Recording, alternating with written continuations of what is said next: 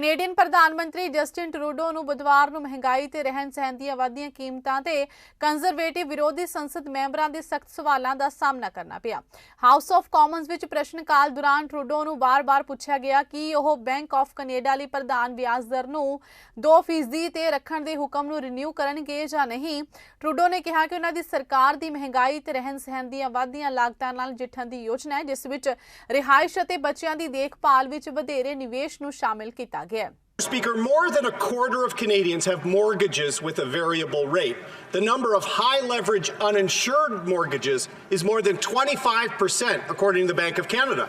The bank suggested today that it will raise interest rates soon, and some experts predict 5 interest rate increases next year.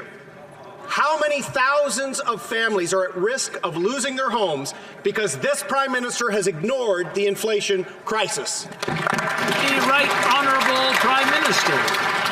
Mr. Speaker, we are extremely concerned with the rising costs of living faced by Canadians, which is why we have a concrete plan to take action on that, whether it's by investing in childcare, whether it's more support for Canadians, or it's putting forward the most ambitious plan on housing that this country has ever seen, which includes $4 billion for municipalities to help build more supply, while at the same time the Conservatives only had to offer tax breaks for Canada's wealthiest landlords in the last election campaign. Canadians need solutions. That's what we're delivering, not them. My question is simple. Will the government mandate the Bank of Canada to maintain its 2% target? Yes or no? Yes, we will renew the mandate of the Bank of Canada, but we will also continue to step up with record investments in housing. And how bad does the cost of living crisis have to get before this Prime Minister gets a grip? The Right Honourable Prime Minister. While the Conservative Party flails around and offers personal insults, we are focused on Canadians.